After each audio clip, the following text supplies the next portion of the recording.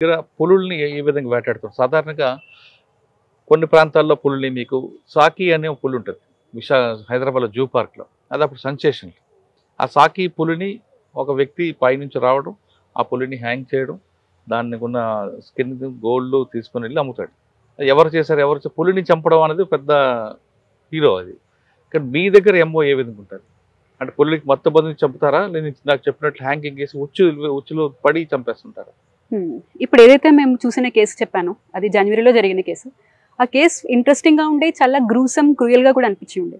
ఎందుకంటే మీరు అన్నవి లోకల్ గ్యాంగ్స్ అయి ఉండొచ్చు, అంటే ఆపర్చునిటిస్టిక్ గా చంపగలిగే ఉండొచ్చు. కానీ ఇప్పుడు నేను చెప్తుంది ఒక ఆర్గనైజ్డ్ టైగర్ పోచింగ్ గ్యాంగ్. వాళ్ళది ట్రెడిషనల్ హంటర్స్ ఒకప్పుడు ఉండేవారు, ప్రిమిటివ్ హంటర్స్ ఉండేవారు. పార్ది, బహేలియా, బావరియా ఇలాంటి గ్యాంగ్స్ అక్కడ ట్రైబల్స్ వాళ్ళు. కాబట్టి వాళ్ళ ఎంఓ రాగానే తల మీద కొడతారు. రాగానే తల మీద కొడతారు. కానీ దానికంటే ముందు చాలా బ్యాక్గ్రౌండ్ వర్క్ చేస్తారు. ఏదైనా ఒక చోట వాళ్ళు చంపాలనుకుంటే ఈ మధ్య వాళ్ళ ఎంఓలో ప్రకారం ఏంటంటే టైగర్ ఏరియాస్ కంటే టైగర్ ఏరియాస్ పక్కనున్న, అంటే తడోబాలో చేయకుండా తడోబా చుట్టూ ఉన్న బ్రహ్మపురి, చంద్రపూర్ ఇలాంటి ఏరియాస్ లో చేయడం. అంటే ఎక్కడైతే తక్కువ ప్రొటెక్షన్ ఉంటుందో, తక్కువ పెట్రోలింగ్ ఉంటుందో ఫస్ట్ ఆ ఏరియాకి వెళ్తారు. అక్కడ ప్రాపర్ రెక్కీ చేస్తారు. అక్కడ కొన్ని నెలలు కావాలంటే ఉంటారు. అండ్ ఉన్నప్పుడు కూడా ఎలా ఉంటారంటే ఒకలాంటి డేరా, 4 పుల్లలు, 4 బ్యాంబూ కట్టెలు ఉంటాయి. దానిపైన ఒక టార్పాలిన్ షీట్ ఉంటుంది, అదే వాళ్ళ ఇల్లు. దాని కింద ఒక మంచం లాగా పెట్టుకుంటారు. మొత్తం వాళ్ళ పిల్లలతో సహా, ఫ్యామిలీతో సహా అందరు అక్కడే ఉంటారు. చుట్టూ ఉన్న వాళ్ళకి వాళ్ళు ఏదో ఒక, అంటే కాటన్ ఫీల్డ్ లో పనిచేయడానికి వచ్చాము ఇలాంటి ఏదో ఒక కారణం చెప్పి అక్కడ ఉంటారు. ఉన్న తర్వాత వాళ్ళకి ప్రాపర్ గా ఏ టైగర్ ఎక్కడ ఏ టైంలో ఏ ఏరియా నుంచి క్రాస్ అవుతుందో దీని పక్కా నాలెడ్జ్ ఉంటుంది. ఎంత ఫారెస్ట్ డిపార్ట్మెంట్ వాళ్ళు పెట్రోలింగ్ చేసి తెలుసుకుంటారు, అంత ఇన్ఫర్మేషన్ వాళ్ళు తెలుసుకుంటారు. సో తెలుసుకుని ఒకలాంటి స్నేర్స్ లాంటివి పెడతారు. స్నేర్స్ అంటే మీరన్న ఉచ్చు లాంటిది. సో ఒకవి దేశీ జుగాడ్ లాంటివి ఉచ్చు, చూడడానికి చాలా సింపుల్ గా అనిపిస్తుంది, ఎవరైనా చేయగలుగుతారు అనిపిస్తుంది. రస్ట్ పట్టిన ఒక తుప్పు ఇనుమ ముక్కలాగా ఉంటుంది. అలాంటిది టైగర్ వెళ్లే దారులు అది అక్కడ పెడతారు. పెట్టిన తర్వాత ఎంత స్ట్రాంగ్ ఉంటుందంటే టైగర్ ఒక చిన్న సాఫ్ట్ పాయిల్ దాని మీద పెట్టగానే ఫట్న ఇలా పట్టేసుకుంటుంది. ఇంకా టైగర్ ఎక్కడి నుంచి కదలలేదు. సో వాళ్ళు అక్కడే ఉండి మాట ఉండి, ఇంకా మీరు అన్నట్టు వెనకాతలు కొట్టడం, అంటే సెమీ కాన్షియస్ స్టేట్ లో దాన్ని తీసుకొచ్చి ఇంకా అక్కడి నుంచి ఒక 8-10 మంది దాకా అక్కడే ఉండి 5 గంటలు 10 గంటలు రాత్రంతా పట్టే జాబ్ ఇది. ఉండి అక్కడే ఉండి ఫటాఫట్ దాన్ని డిస్కెన్ చేయడం, చాలా ప్రొఫెషనల్ గా ఎక్కడి నుంచి ఎలా కట్ చేయాలనే దాన్ని ప్రొఫెషనల్ గా చేయడం. అక్కడే స్కిన్ సెపరేట్ చేస్తారు, గోర్లు సెపరేట్ చేస్తారు. ఆ మీట్ అంతా చేసి అక్కడే కప్పు పెట్టేస్తారు, లేదా కాల్ చేస్తారు, కొన్నిసార్లు తింటారు కూడా. ఆ ఏరియాలో కప్పు పెట్టేసి ఇంకా ఆ రోజు తర్వాత అక్కడ ఒక జరిగిందన్న విషయం కూడా తెలియదు. అంత ప్రొఫెషనల్ గా వీళ్ళు క్లియర్ చేయగలుగుతారు, డెబ్రీ అంతా క్లియర్ చేయగలుగుతారు. కాకపోతే ఇందులో మాకు తెలిసింది ఏంటంటే ఇందులో టైగర్ స్కిన్ కంటే కూడా టైగర్ ఎముకలకి ఎక్కువ వాల్యూ ఉంది. ఈ విషయం అంటే ఇంతవరకు మేము టైగర్ ఎందుకు చంపుతారంటే స్కిన్ కోసం అనుకునేవాళ్ళు. కానీ టైగర్ స్కిన్ కోసం ఆల్రెడీ టైగర్ ఫార్మ్స్ ఉంటాయి చైనాలో. ఇండియాలో టైగర్స్ కి ఏమి మార్కెట్ లేదు. ఇదంతా ఆల్మోస్ట్ సౌత్ ఈస్ట్ ఏషియాకి ఎక్స్పోర్ట్ అయిపోతుంటుంది. అక్కడ వాళ్ళకి టైగర్ స్కిన్స్ ఆల్రెడీ ఉన్నాయి. వాళ్ళు డొమెస్టిక్ అంటే జూలో పెట్టిన టైగర్స్ అలాంటి వాటిలో వాళ్ళు టైగర్ స్కిన్ తీసుకుంటారు. కాకపోతే వీళ్ళకి ఇప్పుడు కొత్తగా వస్తుంది ఏంటంటే ట్రెడిషనల్ చైనీస్ మెడిసిన్ TCM అని ఒకటి మీరు వినుంటారు. అందులో వాళ్ళు ఏంటంటే వైల్డ్ లో ఉన్న పెరిగిన టైగర్స్ దాని తాలూకా ఎముకలు, ఫ్రెష్ ఎముకలు, అందులో ఉన్న గుజ్జుతో ఏదో చేస్తే ఎఫ్రోడీజియాక్ అని, అంటే వాళ్ళకి ఇంకెందుకు వేరే వేరే కారణాల వల్ల వాళ్ళకి మెడిసినల్ గా పనికొస్తుందని, ఇలాంటి కొన్ని అపోహల వల్ల వాళ్ళు ఇక్కడ నుంచి అంటే ఇండియా నుంచి తీసుకువెళ్ళే టైగర్స్ కి ఎక్కువ ఇంపార్టెన్స్ ఇస్తున్నారు. అందులో చాలా కోట్ల ట్రాన్సాక్షన్స్ అది మేము ట్రాక్ చేసిన తర్వాత మాకు తెలిసింది. టైగర్ స్కిన్ కంటే కూడా టైగర్ బోన్స్ కి వాల్యూ ఎక్కువ, వైల్డ్ టైగర్ బోన్స్ కి వాల్యూ. మీ దగ్గర ఒక కేసు దొరికింది, ఆ కేసులో అంతవరకు ఇన్వెస్టిగేషన్ ఎలా తీసుకోలేరు మీరు? లీడ్ ఎక్కడ వచ్చింది? ఇక్కడ మేము తీసుకున్నప్పుడే చాలా చిన్న కేసు, వాళ్ళ దగ్గర ఏమీ పెద్ద దొరకలేదు, ఏదో చిన్న ఈజీగా దొరకలేదు. ఇన్ఫాక్ట్ పారిపోయిన వాళ్ళు ఇప్పటికీ అక్కడే ఉన్నారు. అండ్ వాళ్ళు కరడు గట్టిన నేరస్తులు అన్నట్టు, అంటే మీరు చూస్తే సినిమాలో చూపించినట్టు ఎంత కుట్టినా ఏమి చెప్పరు అన్నట్టు అలాంటి వాళ్ళు ఉంటారు కదా, అలాంటి కరడు గట్టిపోయిన వాళ్ళు ఇలాంటి వాళ్ళు. సో వాళ్ళు జస్ట్ ఇక్కడ లోవర్ రంగులో ఉన్నవాళ్ళు. వీళ్ళు ఇక్కడ తీసుకుని చంపి వీళ్ళకి ఒక మిడిల్ మ్యాన్ ఉంటాడు. ఆ మిడిల్ మ్యాన్ నార్త్ ఈస్ట్ లో ఉంటాడు. సో మాకి దొరకడానికి కారణం వాళ్ళ డేరా అవన్నీ తవ్వుతూ ఉంటే కింద వాళ్ళు దాచిపెట్టారు, అంటే చంపడానికి కావాల్సిన పదును పెట్టే ఆ వస్తువులన్నీ కింద దాచిపెట్టారు. అలా చూస్తూ ఉంటే మధ్యలో వాళ్ళు చూడడానికి ఏమి లేకపోయినా వాళ్ళ బ్యాంక్ అకౌంట్స్ లక్షల కొద్ది డబ్బులు దొరికాయి. అంటే వాళ్ళ దగ్గర పాస్బుక్లు ఉన్నాయి, చాలా రకాల పాస్బుక్లు బ్యాంకులు ఉన్నాయి, లక్షల కొద్ది డబ్బులు ఉన్నాయి. సో ఇన్ని డబ్బులు ఇంత వీళ్ళ దగ్గర ఎలా ఉన్నాయి, అసలు తినడానికి తిండి లేనట్టు ఉంటారని అనిపించి అక్కడి నుంచి ఫైనాన్షియల్ ట్రైల్ ని ట్రాక్ చేస్తే అంతా వెళ్ళి షిల్లాంగ్ లో ఒక పర్సన్, అతను వీళ్ళందరికీ కోఆర్డినేట్ చేస్తున్నాడని తెలిసింది. చాలా పెద్ద స్కేల్లో జరుగుతుందని, చాలా ఏళ్ల నుంచి జరుగుతుందని తెలిసింది. అక్కడి నుంచి అతన్ని ఇక్కడ పట్టుకుని ఇన్వెస్టిగేట్ చేసి చూస్తే అక్కడి నుంచి చైన్ అంటే మయన్మార్ లో పుట్టి ఇండియాలో సెటిల్ అయిన ఒక ఆవిడ అక్కడి నుంచి వీళ్ళ అంటే ఇండియాకి మయన్మార్కి మధ్య ఒక నోడల్ గా పనిచేస్తుందని తెలిసింది. అక్కడి నుంచి అక్కడ హవాలా వాళ్ళు అంటే సరే పంపిస్తారు, సరే మా డబ్బులు ఎలా వస్తాయి? ఆ డబ్బులకి కోసం ఒక హవాలా మెకానిజం, ఇక్కడి నుంచి అక్కడికి డబ్బులు వెళ్ళడానికి ఒక మెకానిజం, మయన్మార్ నుంచి ఇక్కడికి రావడానికి కూడా ఒక ఏజెంట్లు వాళ్ళందరూ border లో ఉంటారు.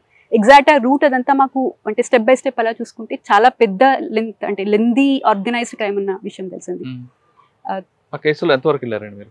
ప్రస్తుతం కోర్టులో ఉంటే దాని గురించి మాట్లాడద్దు, కోర్టులో లేకపోతే రివీల్ చేయండి. కోర్టులో ఎంతమందిని అయితే మేము అరెస్ట్ చేసాము అంటే ఈ మొత్తం ఎంటైర్ దాంట్లో ఇక్కడ ఉన్న పోచర్స్, మధ్యలో ఉన్న మిడిల్ మెన్, ఆ మయన్మరీస్ ఒక లేడీ ప్లస్ ఇక్కడ ఉన్న హవాలా ఏజెంట్స్ వరకు మొత్తం లింక్ మేము తీసుకున్నాం. వాళ్ళందరినీ అరెస్ట్ చేసాం. ఒక్కొక్కసారి ఫీల్డ్ ట్రిప్ తోటి వాళ్ళని అరెస్ట్ చేసాం.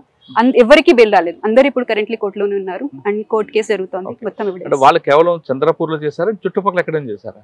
చుట్టుపక్కల కూడా చేశారు. ఇది ఇంట్రెస్టింగ్ గా ఏం జరుగుతుందంటే మహారాష్ట్ర కాకుండా మహారాష్ట్రలోనే వీళ్ళందరూ చాలా మంది లోకల్ పోచింగ్ గ్యాంగ్స్ ఏదైతే పార్టీ వాళ్ళు అనుకుంటున్నామో వాళ్ళు కట్నీ నుంచి అని మాకు అర్థమైంది. కట్నీలో ఎలా అంటే చాలా ట్రెడిషనల్ హంటింగ్ ఫ్యామిలీస్ ఉన్నాయి. సో ఒక్కొక్క ఫ్యామిలీకి వాళ్ళు ఒక హోలీ అలాంటి టైంలో కలిసి వాళ్ళు ఒక మీటింగ్ లాగా పెట్టుకుంటారు.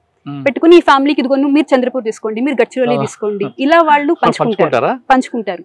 సో ఈ గ్యాంగ్ ఇక్కడ ఎక్కువ చేసింది. వేరే చోట్ల కూడా చేసిన కావల్లో కూడా చేసిన వాళ్ళు ఉన్నారు, గడ్చిరోలిలో కూడా చేసిన వాళ్ళు ఉన్నారు. కాకపోతే వాళ్ళు వేరే ఫ్యామిలీస్, సేమ్ కాస్ట్ లేదా సేమ్ ఊరు నుంచి వాళ్ళు బిలాంగ్ అయి ఉంటారు. కాకపోతే వాళ్ళు పంచుకుని ఒక సామరస్యంగా ఒక బిజినెస్ మోడల్ లాగా చేసుకున్నట్టు అనుకోవాలి. ఇంకా అంటే ఇక్కడ eco system tiger eco system start అవుతుంది. టూరిజం డెవలప్మెంట్ ఏ విధంగా ఉంటుంది? ఇందాక అడిగారు ఈ ఫారెస్ట్ డిపార్ట్మెంట్ పనిలో ఎంత లోకల్ పీపుల్ సపోర్ట్ కావాల్సి ఉంటుందని. దానికి ఒక బెస్ట్ ఎగ్జాంపుల్ నా టెన్యూరోలో నేను చూసాను. ఇక్కడ మేము కార్వా సఫారీ అని ఒక టెరిటోరియల్ ఏరియాలో సఫారీ స్టార్ట్ చేసాం. టైగర్ రిజర్వ్స్ లో టైగర్ సఫారీ ఉంటూనే ఉంటుంది.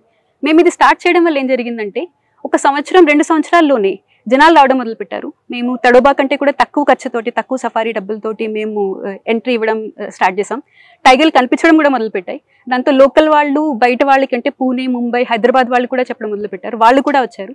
వాళ్ళు వస్తున్నారని తెలిసి లోకల్ వాళ్ళు వాళ్ళ సొంత డబ్బులతో అప్పు తీసుకుని జిప్సీలు కొనుక్కున్నారు. సో ఇప్పుడు వాళ్ళే లోకల్ జిప్సీలన్నీ వాళ్ళే రన్ చేస్తున్నారు. దీంతో ఓవరాల్ ఎకో సిస్టమ్ క్రియేట్ అవ్వడం వల్ల మేము చూసిన ఫస్ట్ మేజర్ చేంజ్ ఏంటంటే అక్కడ ఇంతకు ముందు వరకు జరిగే ఆ చెరాయి క్యాటిల్ గ్రేజింగ్ ఏదైతే ఉంటుందో అది అయిపోయింది.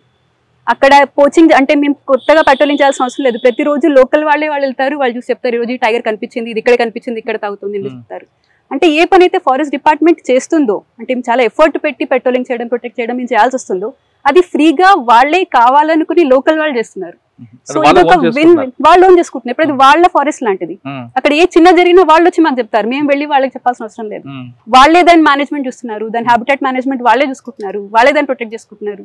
అదొక విన్ విన్ సిచ్యువేషన్. టూరిజం ఎలా ఫారెస్ట్ ప్రొటెక్షన్ కి కావాలో సహకరిస్తుందో ఇది చెప్పడానికి బెస్ట్ ఎగ్జాంపుల్ అని చెప్తాను నేను. ఫైనల్ గా చెప్పండి, ఈ డిపార్ట్మెంట్కి వచ్చారు, సముద్ర ప్రాంతం నుంచి అడవి ప్రాంతానికి వచ్చారు. ఈ డిపార్ట్మెంట్ అంటే ఇష్టంగా వచ్చినా ముందు ఛాన్స్గా వచ్చావు, ఇక్కడికి వచ్చిన తర్వాత ఇష్టపడ్డావు కాబట్టి మీ గోల్ ఏముంది? కరెక్ట్ గా చెప్పారు. ఇక్కడికి వచ్చినప్పుడు ఒక ఉద్యోగం అనుకునే వచ్చాను, కానీ ఇక్కడికి వచ్చిన తర్వాత నాకు నిజంగా దీని గురించి అర్థమైంది. దీన్ని అప్రిషియేట్ చేయడం స్టార్ట్ చేశాను. గోల్ అంటే నాకు ఈ సర్వీస్ ఒక పెద్ద ప్లాట్ఫామ్ ఇచ్చింది, పెద్ద హ్యూజ్ రిసోర్సెస్ ఇచ్చింది. దీన్ని ఒక సెన్స్ ఆఫ్ పర్పస్ తోటి ఎంతో కొంత చేంజెస్ తీసుకురావాలని చూస్తున్నాను. చాలా పెద్ద పెద్ద చేంజెస్ అని కాదు, ఒక చిన్న చేంజ్ ఒక కుటుంబానికి లేదా ఒక ఊరికి ఏ కొంచెం చేయగలిగినా సరే అది ఆ పర్పస్ లేదా నాకు వచ్చిన అవకాశానికి నేను జస్టిస్ చేశాను అనుకుంటున్నాను. అది చేయడమే నాకు. ఓకే, ఇక్కడ మరొక క్వశ్చన్ వస్తుంది మీకు. ఇటు ప్రొఫెషనల్, పర్సనల్ లైఫ్.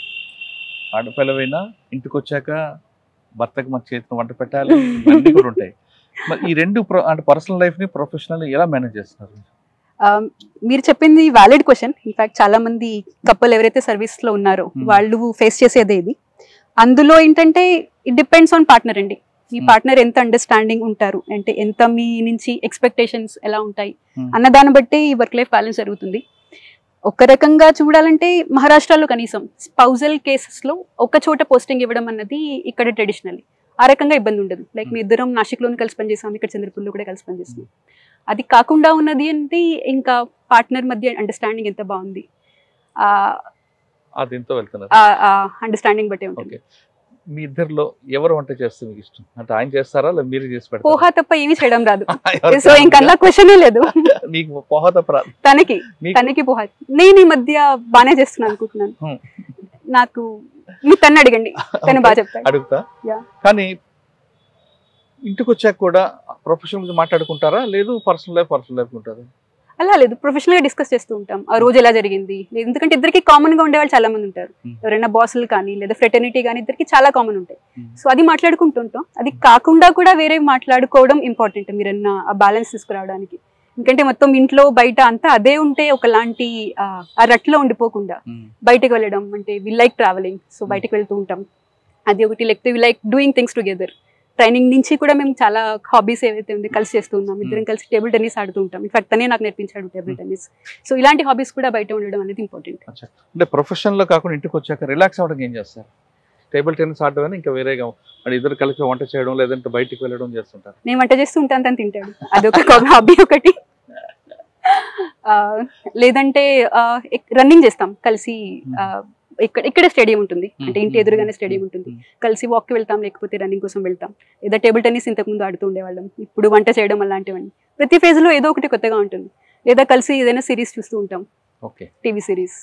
ఫైనల్ గా చెప్పండి, ఫారెస్ట్ డిపార్ట్మెంట్లోకి ఆయుధాలు ఉండవు కాబట్టి ఫారెస్ట్ డిపార్ట్మెంట్ నైట్ బీట్లు ఉంటాయని, ఇది రకరకాల రూములు ఉంటాయి. అమ్మాయిలకి సూటబుల్ కాదు అనేది కొంత వాడుతుంది. చాలా మంది ప్రొఫెషన్లో వస్తుంటారు, ఇందులో కూడా అన్ని ప్రొఫెషన్లోకి వచ్చినట్లే. ఈ ప్రొఫెషన్లోకి రావాలనుకున్న అమ్మాయిలకి మీరు ఇచ్చే మెసేజ్? ఐఎఫ్ఎస్లోకి రావాలా వద్దా అని ఆలోచించే అమ్మాయిలకి నా సింపుల్ మెసేజ్, కమ్. ఇది ఒక ఫీల్డ్ పోస్ట్. ఈ ఫీల్డ్ పోస్ట్ వల్ల మీకు వచ్చే ఆ సెన్స్ ఆఫ్ పర్పస్ కానీ లేకపోతే ఆ సెల్ఫ్ కాన్ఫిడెన్స్ కానీ వేరే ఏ డెస్క్ జాబ్లోనూ రాలేదు. అండ్ ఇక్కడికి వచ్చిన తర్వాత కూడా వచ్చే మీ ప్లాట్ఫామ్ కానీ అమౌంట్ ఆఫ్ రీసోర్సెస్ కానీ ఒక సొసైటీలో చిన్న చేంజ్ తీసుకురావడానికి మీకు చాలా అవకాశాలు ఉంటుంది, అంత ఆపర్చునిటీ ఉంటుంది.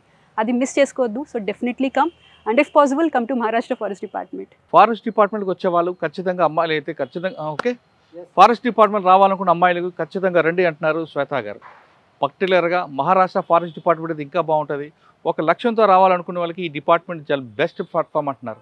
ముఖ్యంగా ఆడపిల్లలు అయితే ఇందులో చక్కగా ఎంజాయ్ చేయొచ్చు. నేచర్ని ప్రేమించే వాళ్ళు, ప్రకృతి ప్రేమించే వాళ్ళు కూడా ఈ డిపార్ట్మెంట్ రండి అంటూ శ్వేత గారు సలహా ఇస్తున్నారు. ఇది వారం శ్వేత ఐఎఫ్ఎస్ గారితో ఎక్స్క్లూజివ్ ఇంటర్వ్యూ. వచ్చే వారం మరో గెస్ట్తో మళ్ళీ కలుద్దాం. అంతవరకు నమస్తే. Thank you very much. And for more videos, Please subscribe to iDream. Please subscribe to iDream. Please subscribe iDream. And please subscribe to iDream. For more videos, subscribe to iDream. please like, share and subscribe to the channel. Congratulations, iDream. Subscribe to iDream. Subscribe to iDream. So subscribe to iDream Media. iDream team andarki huge congratulations. Please subscribe iDream Media. Please subscribe to iDream. Subscribe iDream. Please subscribe to iDream. iDream అంటే నా కళల ఛానల్ను subscribe చేసుకున్న నోరు తిరుగుతలేదు, మీరైతే గంట గుర్తు కొట్టండి. For more such videos, please subscribe to iDream. Subscribe to iDream. Please subscribe to iDream. Please subscribe iDream Media. Please do subscribe to iDream. Please subscribe to iDream Media. For best entertainment and information, please subscribe iDream. And don't forget to subscribe to iDream.